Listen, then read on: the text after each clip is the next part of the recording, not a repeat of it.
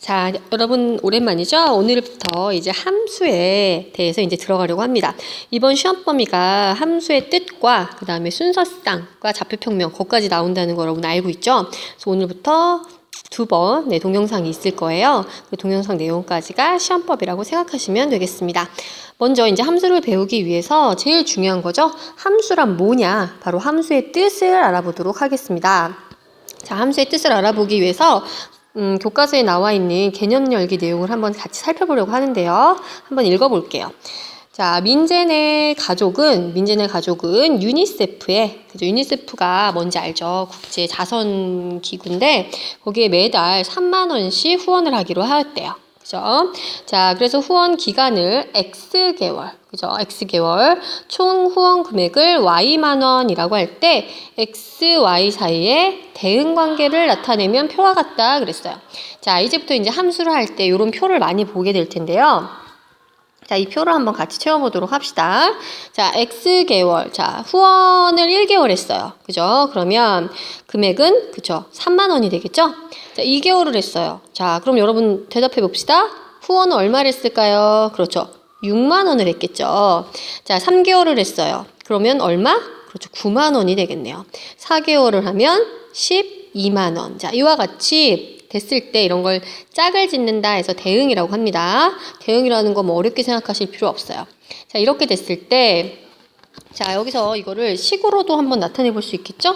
자, 식으로 나타내면, 자, 총 후원 금액 Y는, 그렇죠. 한 달에 3만 원씩이니까, 단위를 만 원으로 했으니까 3을 쓰면 3, 그렇죠. 곱하기 개월 수가 되겠죠? 그래서 개월이 지금 X가 되니까 3 곱하기 X, 3X가 되는 거예요. 자, 이렇게 했을 때 지금 X가 1개월이면 1, 그렇죠? 2개월이면 2, 이렇게 변하죠. 그렇죠? 자, 변하지 않는 건 뭐예요? 그렇죠? 변하지 않는 건 이런 3 같은 거, 그렇죠? 이런 거 변하지 않는 값을 우리가 뭐라고 해요? 상수라고 이야기합니다.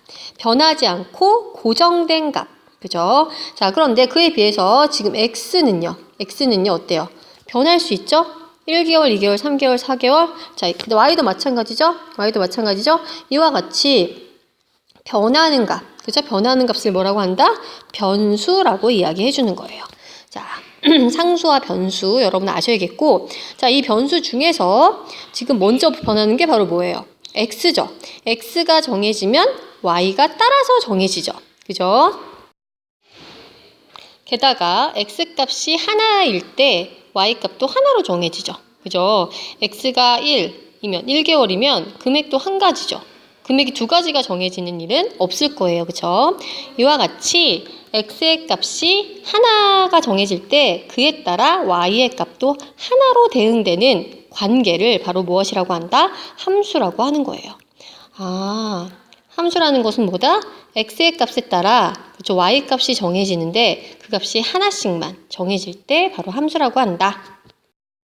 다시 한번 정리하면 두 변수, 그렇죠? 둘 다 변하는 값인 거예요. X, Y에 대하여 X의 값, 하나의 값이 정해지면 나머지 값이 어떻게? 오직 하나씩 정해지는 대응 관계를 바로 함수라고 한다. 무슨 함수일 때는 그렇죠. Y는 결정되어지는 애 있죠? Y는 뭐에 따라? X에 따라. 그래서 X의 함수다라고 이야기해준다. 자, 그럼 함수인지 아닌지 알아보는 연습 문제를 한번 풀어보도록 하겠습니다. 교과서 예제 문제예요. 자, 넓이가 60제곱센티미터인 직사각형의 가로의 길이가 X일 때 세로의 길이가 Y래요. 그죠? 자, 이거를 어떻게 아까처럼 표를 한번 그려보는 거예요. 표를 한번 그려봅시다. 자, 이렇게 해서 X, Y인데 뭐가 X라고 그랬어요? 가로의 길이가 X래요. 그죠? 근데 세로의 길이가 Y인 거예요. 근데 정해져 있는 건 뭐예요? 넓이에요. 예를 들어서 가로의 길이가 1이면 그죠? 넓이는 직사각형의 넓이는 뭐 곱하기 뭐니까? 그렇죠. 가로 곱하기 세로니까 그 가로와 세로의 곱이 항상 뭐가 나와야 되는 거예요? 60이 나와야 되는 거죠? 그럼 가로가 1이에요. 그럼 세로가 얼마여야 돼요? 그렇죠. 60이어야겠네요. 곱해서 60 나와야 되니까. 그러면 가로가 2예요. 그러면 세로는 얼마? 30이어야겠네요. 그죠? 그럼 가로가 3이에요. 그럼 세로는 얼마? 20이어야 되겠죠. 그쵸? 가로가 4면 15여야겠죠. 그죠? 자, 이와 같이 다 더 안 해봐도 되겠죠. 더 안 해봐도 되겠죠? x의 값이 하나씩 정해질 때 그에 따른 y의 값이 이렇게 하나로만 정해지죠. 예를 들어서 가로가 1인데 세로가 두 가지 경우일 수 있어요. 넓이 60 나오는 그런 건 없다는 거죠. 그죠? 자, 이렇게 되면 자, 굳이 식 안 해도 자, 식도 할 수 있겠지만 식 한번 연습해 볼까요? 식은 어떻게 될까요? 그렇죠. x랑 y랑 곱해서 항상 60이 나와야 되는 거죠. 그래서 양변을 x로 나눠주면 y는 그렇죠. x분의 60. 이거 초등학교 때 배웠던 무슨 비례? 그렇죠. 반비례. 반비례 관계예요. 반비례 관계는 결국 뭐가 된다는 거예요. 그렇죠. 함수가 된다. 함수 된다 해주시면 되겠습니다.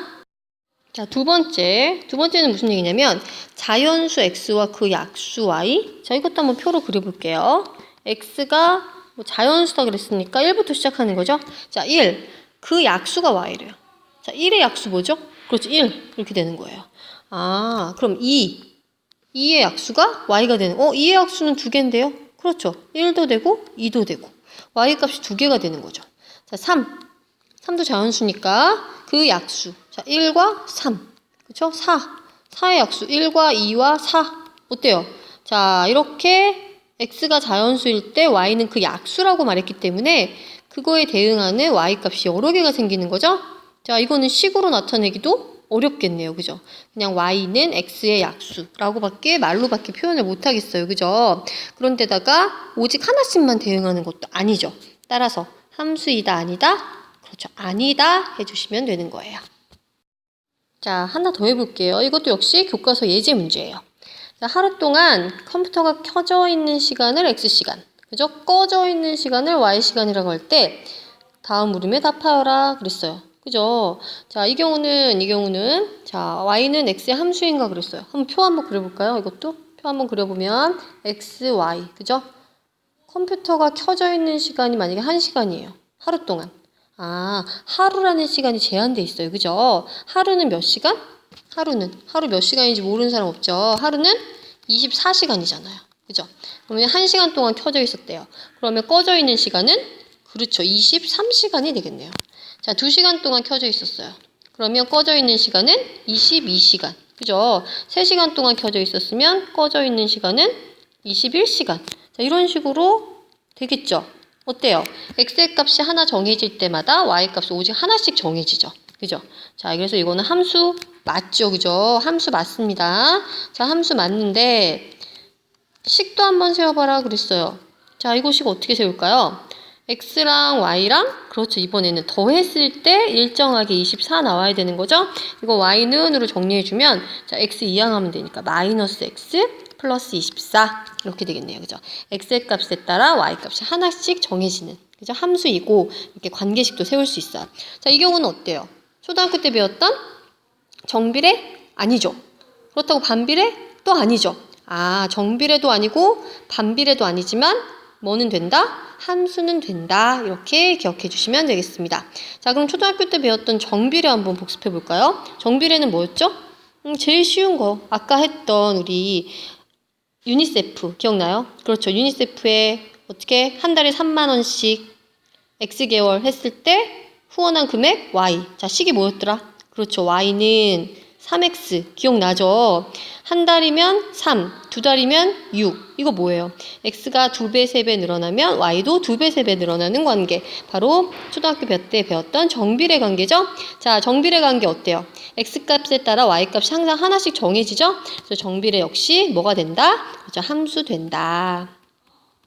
자, 그러면 초등학교 때 배웠던 정비례, 반비례 모두 함수 되고요. 또 정비례, 반비례가 아닌 것 중에서도 함수가 있다는 거죠. 그래서 함수의 개념이 더 넓은 개념이에요. 함수 안에는 정비례, 반비례 말고도 더 있다. 이렇게 기억해 주시면 됩니다. 함수의 뜻은 뭐니까? 그래서 x의 값이 하나씩 정해질 때 y의 값이 오직 하나씩만 결정되는 대응관계다라고 되었기 때문에 그걸 만족하는 관계는 모두 다 함수다. 이렇게 기억해 주시면 되겠습니다. 자, 이제 함수의 뜻을 알았으니까 이제 함수를 표현할 수 있어야겠죠. 그죠? 어떻게 표현하냐면요. 자, y는 x의 함수이다. 이제 이거 무슨 뜻인지 안단 말이에요. 그죠? 이걸 어떻게 표현하냐면 자, y는 그죠? f 함수란 뜻이에요. 괄호 열고 x. 그죠? 그러니까 x를 집어넣었을 때 y가 나온다 이런 뜻이에요. 그죠? 주인공이 사실 y예요, y. y는 fx다. f라는 데에다가 뭘 넣은 거다? x를 넣은 것이다. 그래서 x 값에 따라 y 값이 하나씩 결정된다. 이런 뜻이에요. 그죠? 이랬을 때, 자, 여기 y 있죠? 이 y를 뭐라 그래요? 함수 값이라고 해요. 함수 값. 그죠? 뭘 넣었을 때? x를 넣었을 때. 그래서 예를 들어서 어떻게 쓸 수 있냐면 y는 f1, 1이 뭐예요? x가 1일 때. 그죠? y는 이건 뭐가 된다? 함수값. x가 1일 때 함수값이 되는 거예요. 함수값. 자, 그럼 연습해 봅시다. 어떻게? 그럼 y는 예를 들어서 아까 식 뭐가 있었죠? 3x 이런 거 있었죠. 그죠? 바로 이 3x가 fx가 되는 거예요. 그래서 fx가 뭐일 때? 3x인 거예요. 3x. 그죠? fx가 3x예요. 그럼 y는 3x. 그러니까 y는 3x나 fx는 3x나 똑같은 뜻이에요. 그죠? 그랬을 때 함수값 x가 1일 때 함수값을 구해보는 거야. 그럼 어떻게 쓸 수 있다? 그렇죠. f1은 x에다 1 대입한 거예요. 3 곱하기 1. 3이다. 이렇게 얘기할 수 있는 거죠. 그러면 함수값 2일 때 함수값은요. 그렇죠. f2. 그래서 3 곱하기 2. 6. 이런 식으로 쓸 수 있는 거죠. 아, 무슨 말인지 알겠죠? 어렵지 않습니다. 그래서 y는 fx라는 기호 아시고 x에다가 뭔가를 집어넣었을 때 나오는 y값을 바로 함수값이라고 한다 하시면 되겠습니다. 요거에 관련된 문제는 수업 시간에 많이 해보도록 하고요. 설명 이 정도로 할게요. 아, 참 한 가지 더. 왜 f를 굳이 사용했느냐? 그렇죠. 이 f가 뭐냐면 함수의 영어예요. 함수의 영어가 뭐게요? 이거예요. 펑션. 아, 펑션. 영어에서 무슨 기능이란 뜻이잖아요. 근데 수학에서는 이걸 함수라고 해요. 왜 그럴까요? 여러분들 초등학교 때 배웠던 이렇게 생긴 요술상자 기억나요? 그죠? 여기다 뭔가 숫자를 집어넣으면, 그죠? 이 숫자가 예를 들어서 뭐 3을 더해준다. 그죠? 그럼 4가 나오겠죠. 그죠? 이렇게 1을 넣었더니 4가 나왔어요. 아, 이 뭐 함이 뭐야? 박스란 뜻이거든요. 그 안에 집어넣었더니 새로운 게 나왔잖아요. 그죠? 그래서 이 바로 뭔가를 넣었을 때 뭔가 나오는 대응관계를 나타내는 게 바로 함수잖아요. 그죠? 그래서 함수라고 해주고 그거는 영어로는 펑션. 그 앞 글자 F를 따서 우리가 이런 기호를 만들었다. 그룹 fx도 있잖아요. 그죠? 그래서 함수를 뜻하는 것입니다. 자, 오늘은 여기까지 함수의 뜻과 표현 수업 시간에 만나요.